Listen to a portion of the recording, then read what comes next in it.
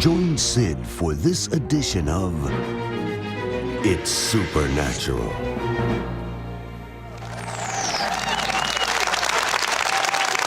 Bonjour, c'est Trott. Bienvenue dans mon monde où il est naturellement surnaturel. Mon invité a eu la vision d'un ange et à la suite de cette visite, sa vie a été si transformée qu'il n'est pas le même homme qu'il était avant. Il est une centrale électrique. Mais voici la chose étonnante. Lorsque vous capturez les informations que cet ange lui a données, vous serez une centrale électrique aussi. Êtes-vous intéressé? Are you interested?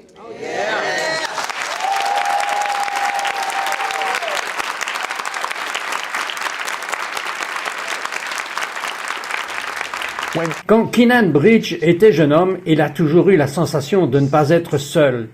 Je me demande si vous avez déjà eu cette sensation. Eh bien, en grandissant, il a en quelque sorte dérivé des choses spirituelles. Puis il est revenu à lui. Il a reconsacré sa vie à Dieu et il s'est trouvé dans une situation où il n'était certainement pas seul. Qu'est-il arrivé? In a situation where he definitely wasn't alone. What happened? Eh bien, vous savez, j'étais de retour dans la foi, enthousiasmé par les choses de Dieu et actif dans mon église locale. Et une nuit, alors que je dormais, Sid, j'ai eu cette rencontre et j'étais littéralement assombri par une présence noire que je n'avais jamais expérimentée auparavant. Et je me suis senti comme si quelqu'un collait un instrument tranchant sur ma tête. Et j'ai littéralement juste senti que je ne pouvais pas bouger, que je ne pouvais pas parler. Et cela a duré pendant plusieurs minutes. C'était la chose la plus horrible que j'avais jamais expérimentée dans ma vie jusqu'à ce point. Et ce que j'ai fait, c'est que j'ai juste dit « Seigneur, s'il te plaît !» Et quand j'ai fait ça, c'est parti. Et je pensais connaître la solution à ce problème, c'est de ne plus jamais me rendormir. Non, non, non, non, il doit y avoir un meilleur moyen. Mais ce que j'ai fait, c'est que je suis allé voir mon pasteur local et je lui parlais à ce sujet. Et il a utilisé ce mot, que je n'avais jamais entendu, oppression. Il m'a dit que ce que j'avais expérimenté était quelque chose appelé oppression démoniaque. Alors quand il m'a dit cela, il m'a dit d'avoir de l'huile et de prier sur ma chambre. Et cela a cessé pendant un certain temps. Mais alors que j'étais sur le point d'être baptisé dans l'eau, je savais que ma vie était sur le point de vraiment changer. Je venais de me faire baptiser dans le Saint-Esprit. Et j'étais tellement excité. Et la nuit avant mon baptême d'eau, j'étais littéralement étouffé dans mon sommeil. C'est comme si quelqu'un essayait littéralement de me noyer sous l'eau. Et j'essayais de parler, mais rien ne sortait.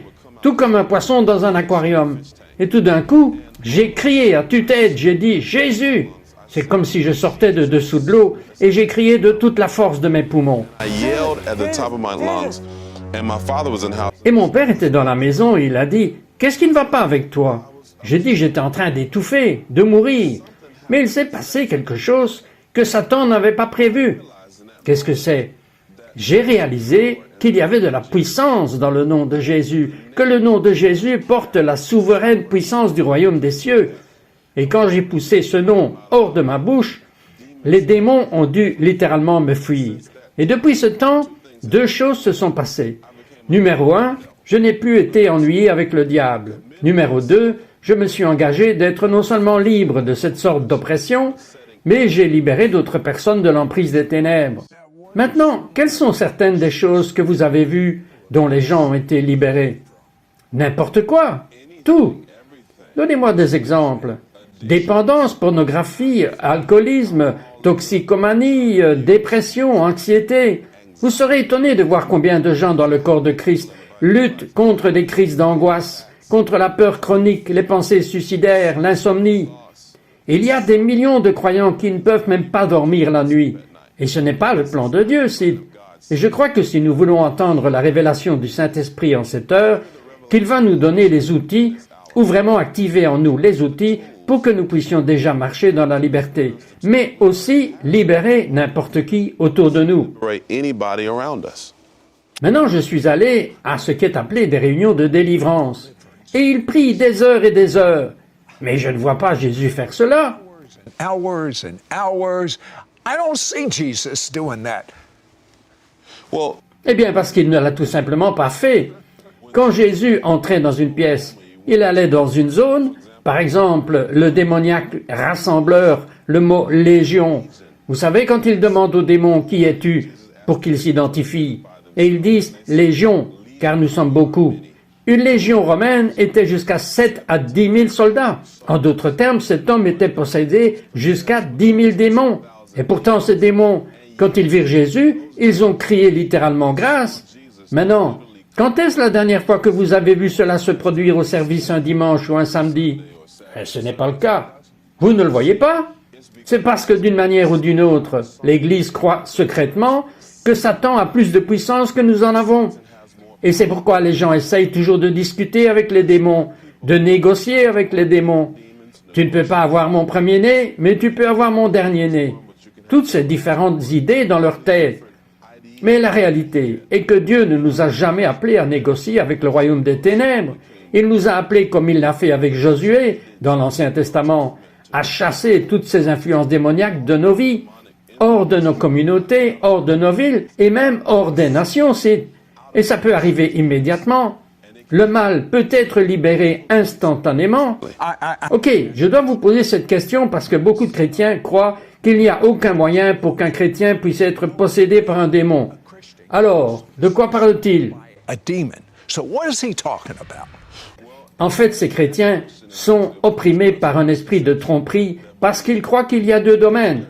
Tout d'abord, quand nous naissons encore une fois, nous sommes nés de nouveau dans notre homme-esprit.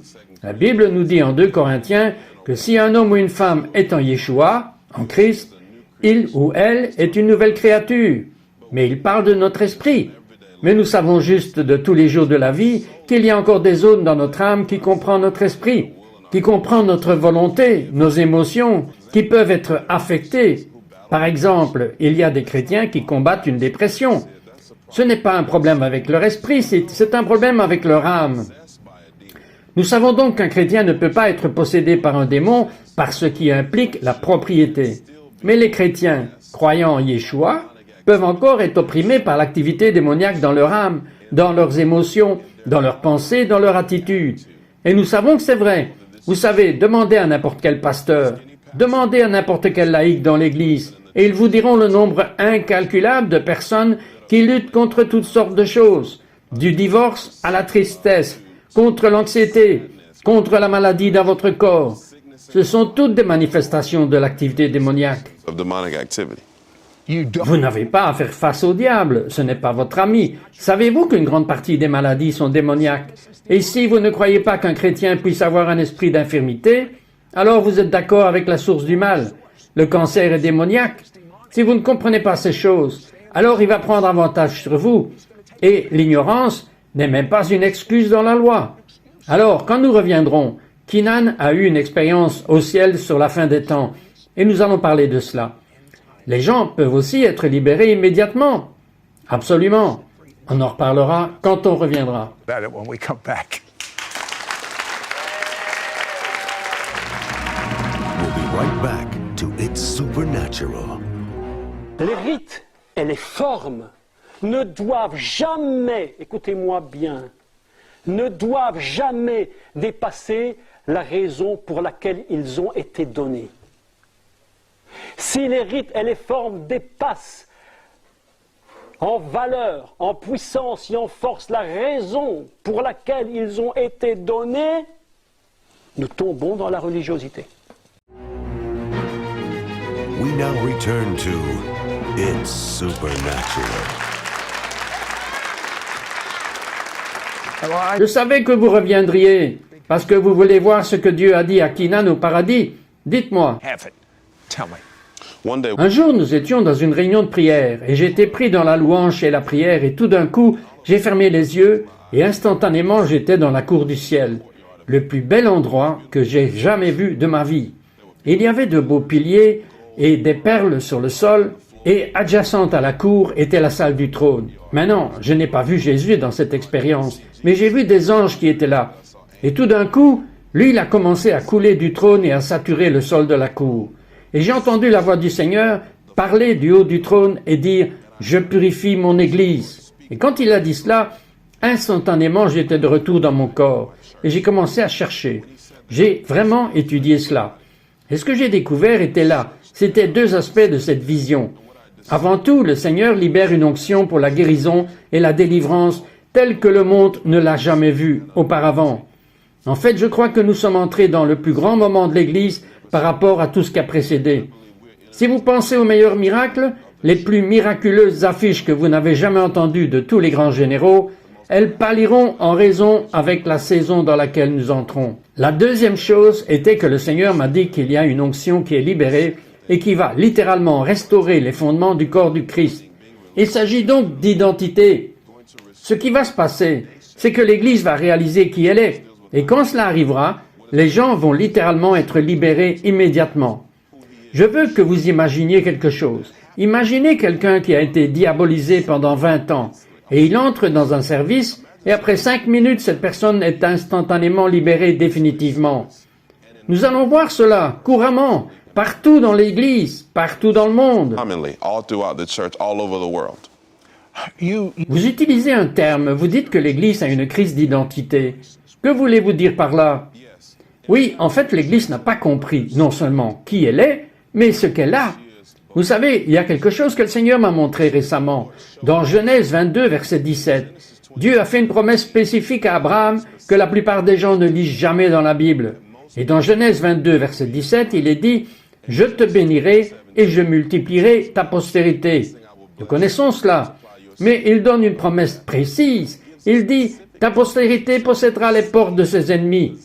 Remarquez maintenant qu'il est écrit au singulier en hébreu. Il ne s'agit pas seulement de parler d'Isaac, il ne s'agit pas seulement de parler de Jacob. Il parle de Yeshua. C'est une prophétie messianique dans l'Ancien Testament qui a été accomplie dans Matthieu 16. Jésus vient à Pierre, à Césarée et Philippe et il dit « Qui dites-vous que je suis ?» C'est une question d'identité. Que disent les hommes que je suis? Il dit « Tu es sûrement le Christ, le Fils du Dieu vivant. » Et il dit à Pierre, « La chair et le sang ne te l'ont pas révélé, mais mon Père, et je te dis que tu es Pierre. » Vous voyez, une fois que Pierre a obtenu la révélation de qui était Yeshua, Jésus lui a donné la révélation de qui il était. Et il dit, « Sur ce rocher, je bâtirai mon église, ou ecclésia. » Et, regardez cela, les portes ne prévaudront pas contre elle. Et tout ce que vous liez sur terre sera lié au ciel. Tout ce que vous déliez sur la terre sera délié dans le ciel. C'est ce qu'on appelle l'autorité du royaume. Maintenant, ce qui se passe, c'est que l'Église ne comprend pas que ce n'est pas seulement réservé à quelques personnes dans l'Église de faire la délivrance ou la guerre spirituelle. Mais c'est une prophétie messianique accomplie dans le Messie qui nous donne le droit d'aînesse, le pouvoir, l'autorité et la domination pour fermer n'importe quelle porte de l'ennemi dans nos vies, pour posséder n'importe quelle porte du royaume des ténèbres, que ce soit l'alcool, la drogue, que ce soit une ville ou une nation. Et je vous le décide, je sens l'onction même pendant que je suis en train de parler. Moi aussi. Il y a un grand réveil qui vient, et ça va être les mères, ça va être le ministère de l'enfance, qui vont rendre les captifs libres, comme dans le livre des Actes. Ok, quelqu'un s'est approché de vous un jour et vous a dit, « Kinan, qui pensez-vous que vous êtes ?» C'est une histoire très intéressante. Je suis à l'école et un ami à moi m'appelle au téléphone et il dit « Puis-je venir te voir ?» Ce n'était pas étrange. Ce qui était étrange, c'était ce que je ressentais quand il parlait. J'ai senti que quelque chose n'allait pas. Et quand il est arrivé chez moi, dans mon appartement, j'avais un autre ami qui me rendait visite. Et je lui ai dit de prier. Et mon ami est entré et quelque chose était très sombre et juste malveillant au sujet de l'expérience. Et tout d'un coup, il se met à se manifester. Et si vous avez déjà vu le chat dans Alice au pays des merveilles, sa grimace, c'est littéralement ça, physiquement. C'était la chose la plus effrayante que j'ai jamais vue. Et il est venu à environ 1 pouce de mon visage et il a dit « Que pensez-vous être? Je peux vous déchirer. » Maintenant, je ne savais pas grand-chose sur la délivrance ou la guerre spirituelle, mais tout ce que je savais dire était « Je suis un enfant de Dieu et je prends autorité sur cet esprit qui vous contrôle au nom de Yeshua. » Il est tombé au sol, boum, et en quelques minutes, il était libéré. Mais j'ai appris quelque chose. Le pouvoir de Satan est dans une crise d'identité. Il est dans une tromperie pour nous dire que nous sommes quelque chose que nous ne sommes pas, que nous n'avons pas ce que nous avons déjà. Et s'il peut le faire, il peut maintenir les gens en servitude. Mais une fois que les gens savent qui ils sont, Jésus a dit « Vous connaîtrez la vérité et la vérité vous rendra libre ». Jusqu'à ce que le corps du Christ réalise la vérité sur qui nous sommes, nous allons permettre à Satan d'habiter le territoire dans nos vies, là où il n'a pas l'autorisation d'habiter. Inhabit. Now, there, Maintenant, il y a beaucoup de chrétiens qui craignent le diable. Parlez-leur maintenant. Vous savez, vous pourriez être à l'écoute aujourd'hui, et soit dit en passant, quelqu'un est guéri instantanément en ce moment d'une haute pression artérielle. Quelqu'un est aux prises avec la douleur dans son dos, en ce moment, et vous êtes guéri. Mais je veux vous dire quelque chose. Vous n'avez pas à avoir peur de l'ennemi. En fait, si vous croyez la parole de Dieu, c'est l'ennemi qui aura peur de vous. Je vous le dis cela. À partir d'aujourd'hui, vous ne vivrez jamais plus dans les liens à nouveau, et vous serez libérés par la puissance de Dieu. Je sens l'onction aller où vous êtes pour vous libérer, et Dieu vous utilisera comme un libérateur. Kenan, Quand nous reviendrons, je vais faire prier Keenan pour vous. Il a eu la vision d'un ange. Je vous promets que quand vous capturerez cette vision, ça vaudra tout ce que l'argent peut acheter parce que c'est qui vous êtes vraiment. Je reviens dans une minute. I'll be back in a minute. We'll be right back to It's Supernatural.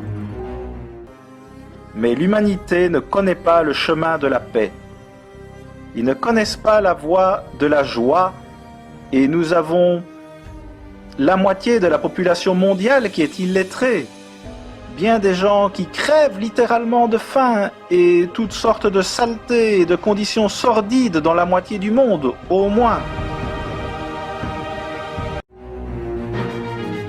We now return to It's Supernatural.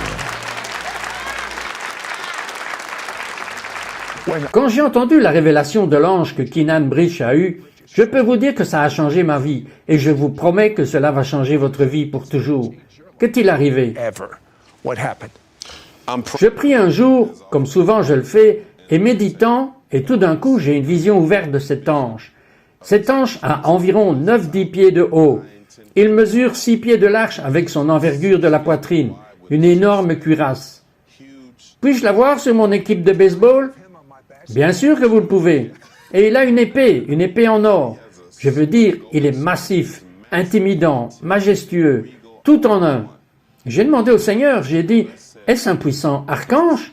Et le Seigneur m'a dit la chose la plus intéressante pour moi. Il a dit, ce n'est pas un ange du tout. C'est toi dans le royaume spirituel.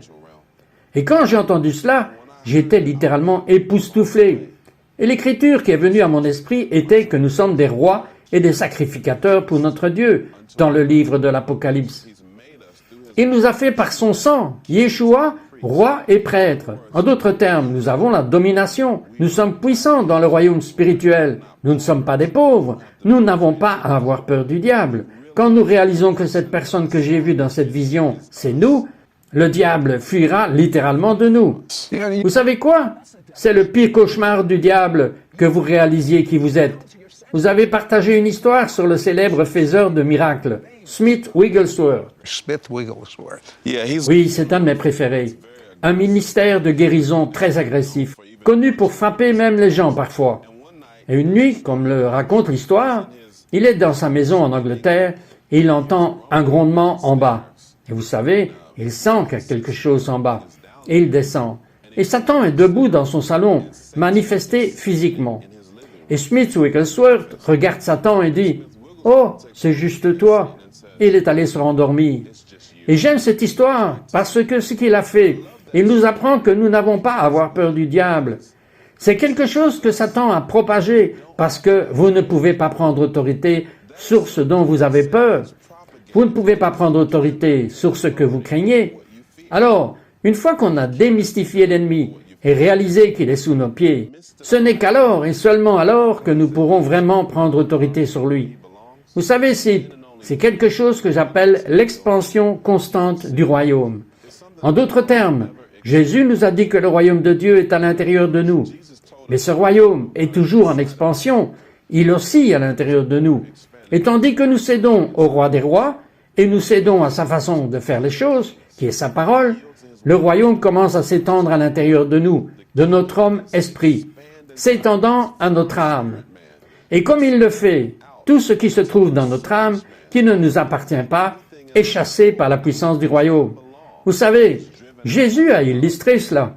Partout où il est allé, Il a prêché le royaume de Dieu. Que faisait-il? Il libérait la culture du ciel. Et quand il a sorti la culture du ciel, il a libéré la puissance du ciel. Et chaque fois que la puissance du ciel a été libérée, les démons ont dû fuir. Il en est de même pour nous. Dieu veut que le royaume s'étende à l'intérieur de nous et à l'extérieur de nous pour l'avancer jusqu'au dernier jour. Last days. There is such Il y a une telle présence de Dieu qui vient d'envahir ce studio. Les maux de tête sont partis maintenant au nom de Jésus. Kinan, tout ce que vous allez prier va arriver. Priez maintenant. In the name of Au nom de Yeshua, le nom au-dessus de tout nom, sachez qu'il est le roi des rois et le seigneur des seigneurs. Je libère un esprit de domination et de seigneurie sur le cancer en ce moment, au nom de Jésus. Je libère la domination sur le diabète. Même maintenant, si vous prenez la domination sur la douleur dans votre corps, cette douleur partira instantanément au nom de Yeshua. En ce moment, je maudis juste le plan de l'ennemi sur le peuple de Dieu. Dépression, vous devez aller maintenant. Pensée suicidaire, vous devez partir. Crise d'angoisse, insomnie. Vous allez mieux dormir ce soir que vous n'avez jamais dormi de toute votre vie, parce que la paix de Dieu, qui dépasse toute compréhension, gardera votre cœur et esprit en ce moment dans le nom de Yeshua. Recevez simplement cela au nom de Jésus. tell me. Dites-moi ce que le mot autorité signifie. L'autorité est vraiment le droit légal d'agir dans un certain chemin. L'autorité signifie, vous savez, la Bible dit dans Luc 10, verset 19, « Voici, je te donne le pouvoir ». C'est le mot « exousia » en grec, autorité. Cela signifie que nous avons les clés. Alors que je veux que vous pensiez presque comme un gardien. Le gardien a les clés pour accéder à n'importe quelle porte à l'intérieur de l'immeuble, bien sûr. Et de la même manière, vous et moi, par Jésus et par son nom, avons le droit d'ouvrir les portes et de les fermer. C'est ce qu'est réellement l'autorité. Nous pouvons ouvrir les portes de la faveur, ouvrir les portes de la prospérité, les portes ouvertes de la bénédiction dans nos vies, et de par l'autorité dont nous sommes investis. Je vous le dis, toute autorité a été donnée à Jésus et il vous le dit maintenant. Allez dans le monde entier. Les clés sont là. Elles sont en votre main. Attrapez-les. In your hands, grab them.